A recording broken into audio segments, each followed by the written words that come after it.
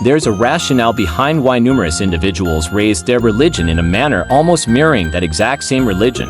It isn't primarily because it's the exclusive truth they encountered there. Instead, it is because from that very moment, they could forge memories that this particular belief system was presented as an unequivocal fact. Instead of being a belief system they initially discovered, it was a fact that was handed down and consistently reinforced. What is categorized as a belief system in the beginning was replaced with an answer system that had already been preloaded into their minds. The answers were not ones they sought, however. They were given as a result of being presented with a series of reinforced and affirmed praise. This isn't everything labeled as a belief system.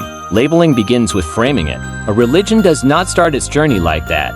It begins as, instead of evolving organically, it is shaped by what is called conditioning. When religion does manifest, it doesn't look like the typical cliché you might picture in movies where individuals are isolated from society, banned from speaking their mind freely, and are forced to live in a bubble. When brainwashing is at play, it is much more subtle and it is woven into the fabric of the culture. It manifests in the parenting and the manner in which the holidays and funerals are celebrated. It is not just limited to having individuals isolated from society and forced to accept instructions without questioning.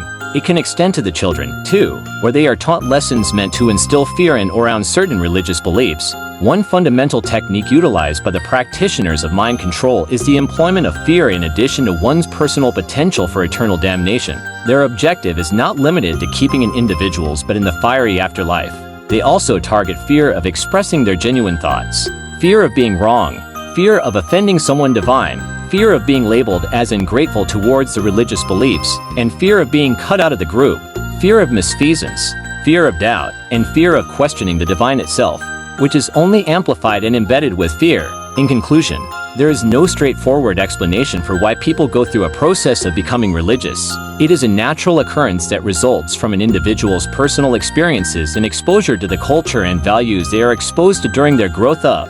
If one were to look at the role that religion plays in society, it would be through the influence it has on the behavior, perception, and actions of individuals. For the most part, it is considered a belief system that is ingrained in the way people adopt certain behaviors and view life, creating an unshakable identity that shapes their sense of self-worth and sense of belonging.